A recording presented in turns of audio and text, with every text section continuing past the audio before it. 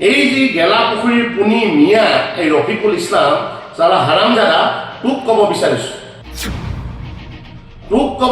সাহস আছে যদি সন্মুখত আহিবি পলাই চুৰকৈ তেনেকৈ টুৰিষ্টৰ দৰে গৈ ৰংঘৰক পিছফালে লৈ আমাক ভাবুকি দিবি আৰু আমি সাৱতি বহি থাকিম এই কথা কেতিয়াও হ'ব নোৱাৰে কোনোবাই তহঁতক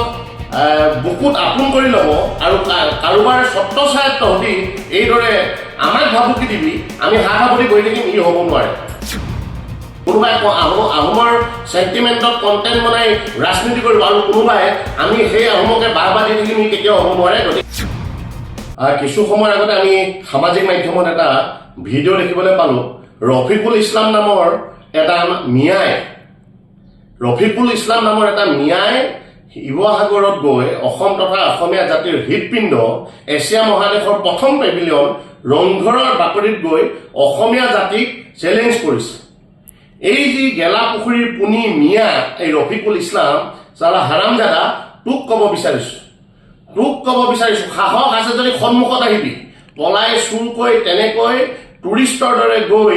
ৰংঘৰক পিছফালে লৈ আমাক ভাবুকি দিবি আৰু আমি সাৱতি বহি থাকিম এই কথা কেতিয়াও হ'ব নোৱাৰে মনত ৰাখিবি এই ৰংঘৰৰ বাকৰিতে আমি ৭০ বাৰকৈ মোগলক পৰাস্ত কৰাৰ পিছত আমি তাত আনন্দ উল্লাস কৰিছিলোঁ আৰু তই তাত গৈ আমাৰ হৃদপিণ্ডত গৈ তই আক্ৰমণ কৰিবি কামোৰ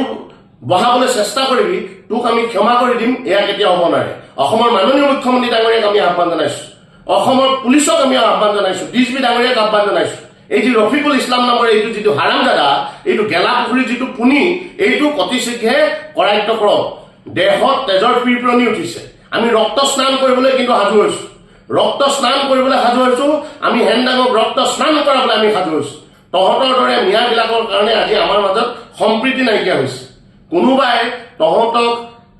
বুকুত আপোন কৰি ল'ব আৰু কাৰোবাৰ ছত্ৰছায়াত তহঁতি এইদৰে আমাক ভাবুকি দিবি আমি সাৱতি বহি থাকিম ই হ'ব নোৱাৰে মই এতিয়া বাহিৰত আছোঁ কাৰণে এই কথাখিনি মই মিডিয়াৰ জৰিয়তে কথাখিনি অসমৰ ৰাইজলৈ আহ্বান জনাইছোঁ অসমৰ ৰাইজে বুজি উঠক বিশেষকৈ উজনিৰ ৰাইজে এতিয়া গৈ উজনিৰ আমাৰ হৃদপিণ্ড শিৱসাগৰ ৰংঘৰত গৈ ভাবুকি দিব পৰা হ'ল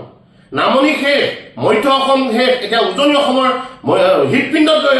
আমাক ভাবুকি দিছে এতিয়া কিন্তু আমি সাৱতি বহি থাকিলে নহ'ব কোনোবাই আহোমৰ চেণ্টিমেণ্ট ক্ৰিয়েট কৰি কণ্টেণ্ট বনাবলৈ চেষ্টা কৰি থাকিব আৰু আমি বাকী আহোমে তাকে বাহ লৈ থাকিম ই কেতিয়াও হ'ব নোৱাৰে কোনোবাই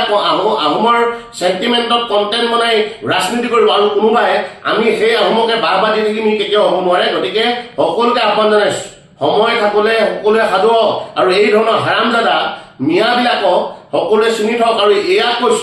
ইয়াক কৈছোঁ যদি সাহস আছে সন্মুখলৈ আহিবি সন্মুখত ভাবুকি দিবলৈ আহিবি তেতিয়া দেখুৱাম আমাৰ হেনদাঙে ৰক্ত স্নান কেনেকৈ কৰে